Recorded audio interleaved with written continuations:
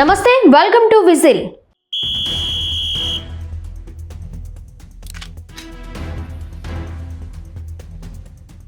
నిన్నటి వరకు ఆ ఇద్దరు ఆప్తులు, అత్యంత సన్నిహితులు. ఇంకా చెప్పాలంటే ఒకరి కోసం ఒకరు ఎంతో సాయం చేసుకున్నారు. ఇదంతా నిన్నటి మాట. మరి ఇప్పుడు బద్ధ శత్రువులు, కయ్యానికి కాలు దువ్వుతున్నారు. నువ్వెంత అంటే నువ్వెంత అంటున్నారు.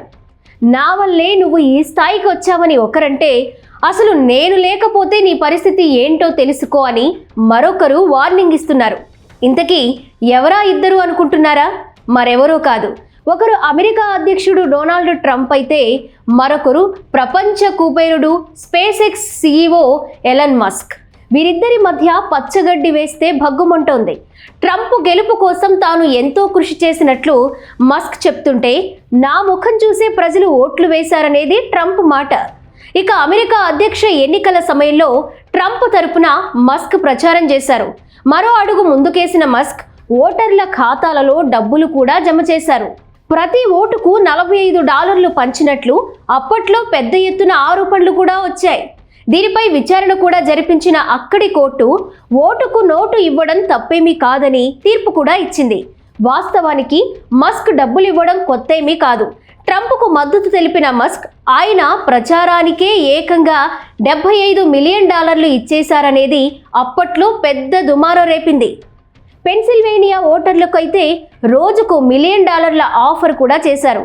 అలాగే పెన్సిల్వేనియా చుట్టుప్రక్కన ఉండే రాష్ట్రాల్లోని ఓటర్లు రిపబ్లికన్ పార్టీకి మద్దతు చేసి PACకి అనుకూలంగా సంతకం చేస్తే $47 ఇస్తానంటూ బహిరంగ ప్రకటన కూడా చేశారు మస్క్. ఈ ఆఫర్ రిఫర్ చేసిన వారికి కూడా వర్తిస్తుందని ప్రకటించారు. ఈ ప్రకటన అప్పట్లో పెద్ద దుమారం రేపింది కూడా. అయితే ప్రస్తుతం ట్రంప్ మస్క్ మధ్య విభేదాలు తలెత్తాయి. చివరికి మస్క్తో చేసుకున్న ఒప్పందాలను కూడా ట్రంప్ సర్కార్ రద్దు చేయగా ఇది టెస్లా సంస్థపై ప్రభావించింది. అమెరికా ఎన్నికల సమయంలో ట్రంప్కు మద్దతుగా మస్క్ ప్రచారం చేశారు.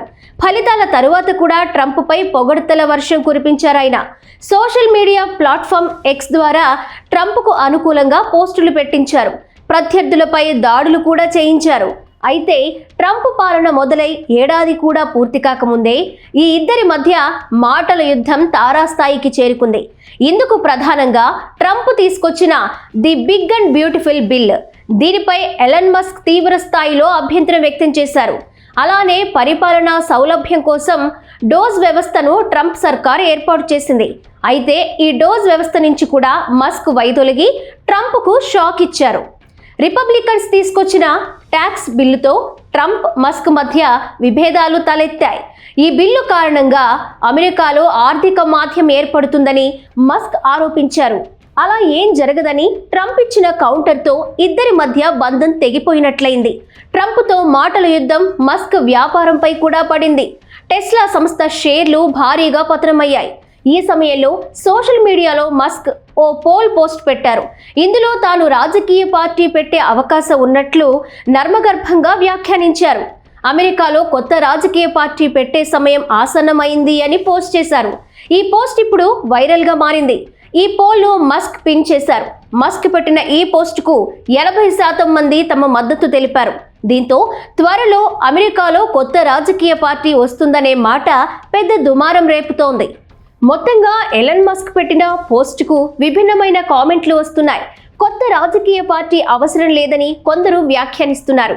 మరికొందరేమో ట్రంప్తోనే ఉండాలంటూ మస్క్కు సలహాలిస్తున్నారు.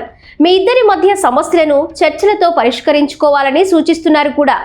డెమోక్రాట్లు, రిపబ్లికన్లు ఉన్నారని, ఈ రెండు నచ్చని వారికి లిబర్టేరియన్ పార్టీ కూడా ఉంది. ఇప్పుడు నువ్వు మళ్ళీ కొత్త పార్టీ పెట్టాల్సిన అవసరం లేదని నెటిజన్లు కామెంట్స్ చేస్తున్నారు. అయితే ఈ వ్యాఖ్యలపై మస్క్ నుంచి ఎలాంటి స్పందన లేదు. ఈ నేపథ్యంలో మస్క్ కొత్త పార్టీ ప్రారంభిస్తారా లేదా అనేది $1 మిలియన్ ప్రశ్న.